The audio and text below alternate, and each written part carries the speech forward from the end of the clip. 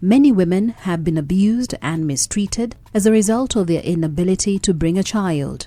Infertility is wrongly perceived as a curse or a stigma.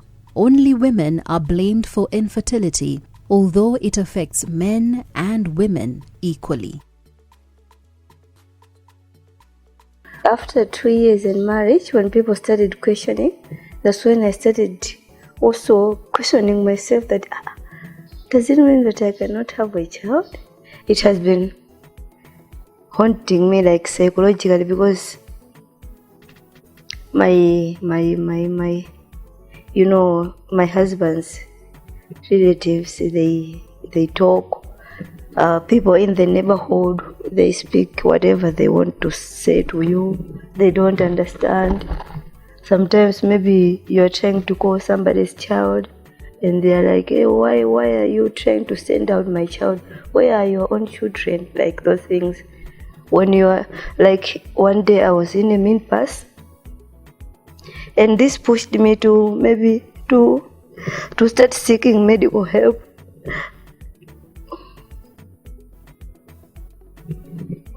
I was in a minibus, and a woman sitting beside me was carrying a child. That child had dead feet. I was wearing a white pair of trousers. Then she shows the child had his legs on my thighs, but they were dead and I was going to work. And I was like, lady, please carry your baby properly, because I just said carry your baby properly. Then she started shouting in the minibus, you know these barren women,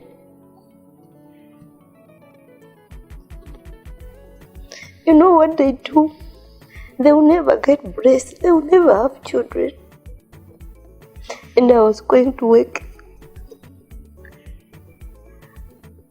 When I boarded off the minibus, I got into the office, I went to the toilet, I cried.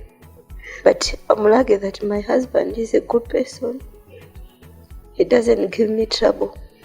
At one point, I tried to release him. I told him, it's not fair that you live your life without seeing your child.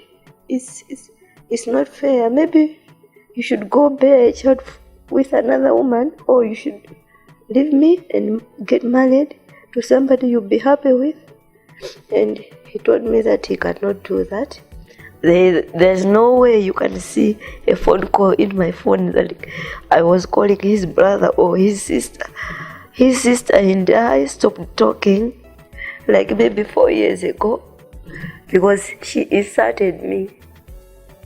Then I shut down on her. We don't communicate.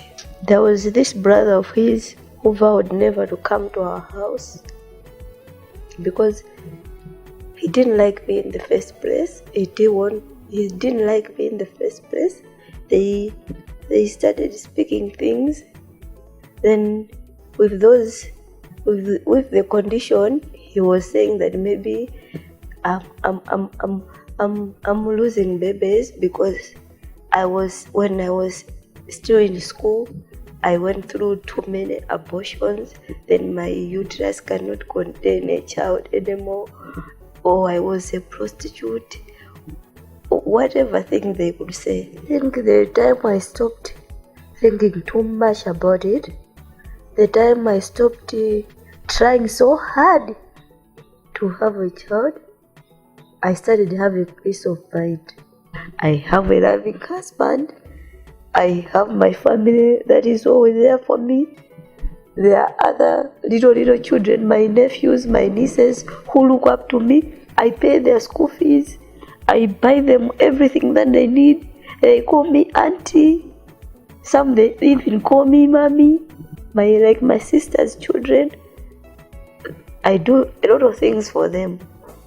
Then I'm like, if I end my life like today because I don't have my own child, it won't be fair for all these people that revolve around my life.